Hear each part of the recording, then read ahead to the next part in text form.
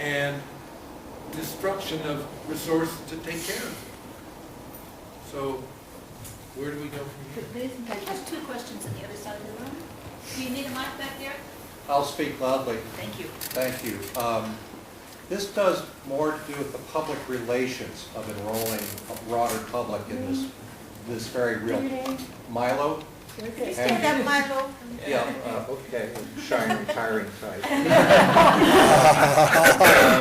We're all here by choice, enthusiastically listening to these very real issues and the information that's provided. There is, though, the public relations concern of enrolling a larger portion of our society, whether it's domestically here or around the world.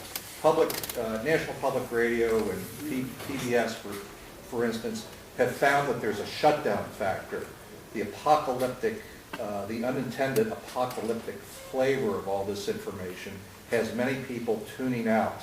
And I'm seeing some of the science, some of the approaches that are taking now, they're trying to soften it up and be a little more inviting. But just in general, if you have any insights into, and maybe this is not a... Do with the Republican conservatism or actual destruction of their own well-being by simply not recognizing the elephant standing in the living room right there in front of them, or the gorilla, whatever the proper term is. But surely there is a psychological limit to which we can tolerate this kind of inevitability. I don't know whether you have a different viewpoint. Well, I simply take heart from the fact that there are meetings like this being held all over the state and all over the country.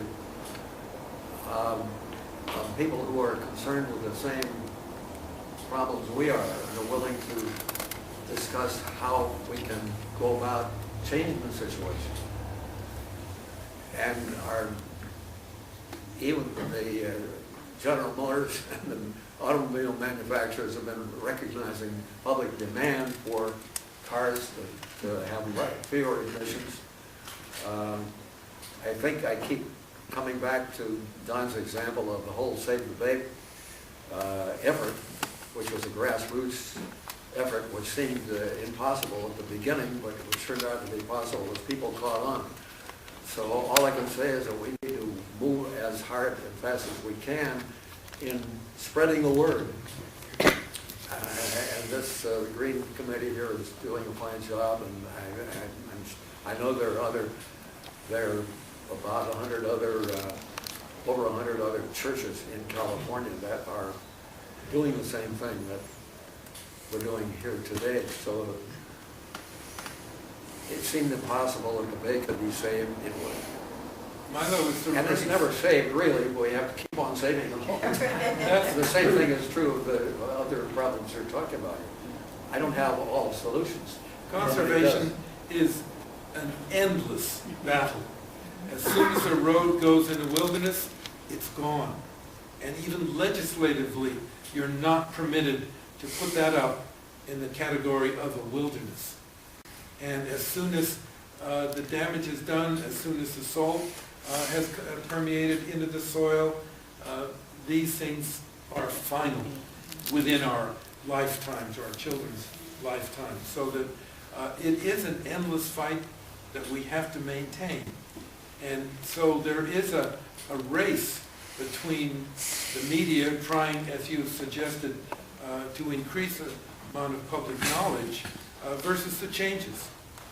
I just hate to think back what this world would be like right now if Al Gore had been given the presidency he won. I mean, no Iraq, no Afghanistan, probably no 9/11 or any of the other things that have served to destroy what we knew, thought of this world. Anyway, it's going to take numbers of people. I think now the fire has started in terms of public recognition. But with the modern means of communication, maybe Facebook and all of the other social intercourse mechanisms can permit a much more rapid arousal of public opinion than we ever had before. That certainly is one hope. We have perhaps a last question? Since, We had one more back there. oh, okay. My name is Peter Tannen, and in the introduction, one of the areas was mentioned that you wrote about was nuclear energy. And I was shocked to discover there's over 50 nuclear power plants in Japan, some of which might be melting down as we speak. And I'm just amazed for a technologically advanced country how they could have built so many plants like that in a seismically active area which had earthquakes in the past. It just surprises me. I don't know if you have any thoughts on that. We made cigarettes, we made dangerous cars, we made... Just saw the announcement by USGS that we can't have that big an earthquake in California, so you don't have to design for it. Wrong. Design for the biggest earthquake in the world. We Who are you? have a couple of questions in the back. This and man is Orville. Horrible. Horrible good. I write about these things too. David and, I was just curious if, Name? can you hear me okay? Yeah. From here? Name, David. David Jones. Are there scientists out there that talk about how much of a reduction in greenhouse gases it would take to start a reversal? In other words, to start a healing of the earth, as opposed to just slowing it down and, that's the part that as a layman, I don't understand. In other words, are there actual studies done that say, okay, if everyone quit driving for 2 years, or, I'm putting out examples that aren't even probable, but are there scientists who speak in those terms? Yes. Go to the California Academy of Sciences and look in the global warming sector, and you will see a great chart of the CO2 levels, and at about 250 parts per million of CO2, it's quite tolerable. We've had this is pre-industrial revolution. Then as the industrial revolution brought up the CO2 levels to 300, 325, 350, then all of these symptoms arose. And the estimate is that it's going to go up to around 450 before it might peak, and this is hugely destructive in terms of the number of feet the ocean would rise, the number of degrees the temperature would change.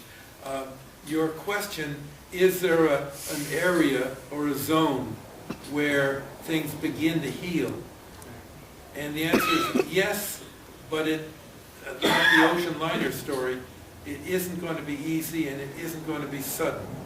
It will be a very gradual reduction if the population stabilizes, if we can get our resources under management, if we can destroy the huge financial pressure to boom into more resources, to spend more on industrialization without any controls.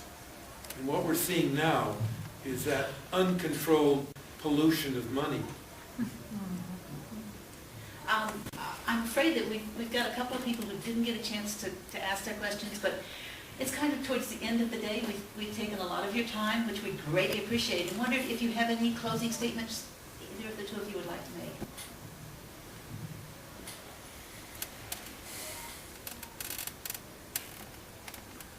You? As Hal's already said it, we have an obligation to our children and grandchildren. And that obligation is to move as some of the intrepid pioneers in environmentalism did. And we can individually take it upon ourselves, not just on the electric light bulbs and similar activities that are helpful, but move politically to control the massive domination by industrial power, and somehow get such things as the recent Supreme Court decision that opened up the coffers to any kind of money for political purposes, get that back under control. That's only by our electoral strength as a group, as a community. Margaret, I have a quote from Ben Franklin that I think is so appropriate. I'm Karen Milana Magoon, and Ben said that democracy is government of the people, by the people, for the people, and the responsibility of the people. And I think that's what you're talking about today.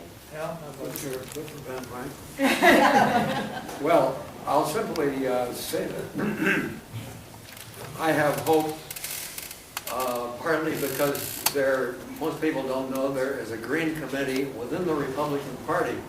I can't remember the name of it, but they're working on the same things we're working here. So I'll simply say that there are a number of legislative things that could be done in addition to things that we can do individually in our own recycling and so on. One of them, for example, is a tax on pollution. Tax on the polluter. In other words, the corporations are using the atmosphere as a kind of a sewer to dump their pollution in it. They should be charged for that. And of course, if they were taxed for that, they would raise their prices and it would hit the consumers. But there's a concept that James Hansen had of a green check. That checks would go out, the money raised on pollution tax would go to the people, taxpayers, in terms of checks or in terms of or elimination of the income tax, even. So that would all work out. Someone indicated that there are people working on things that can be done legislatively as well as in a grassroots fashion. For all of us, I want to thank you, gentlemen, for taking the time to come and talk with us today. It's been a wonderful, wonderful time to hear people who are both knowledgeable and have spent lots of time and lots of energy in the changes in life. Thank you very, very much.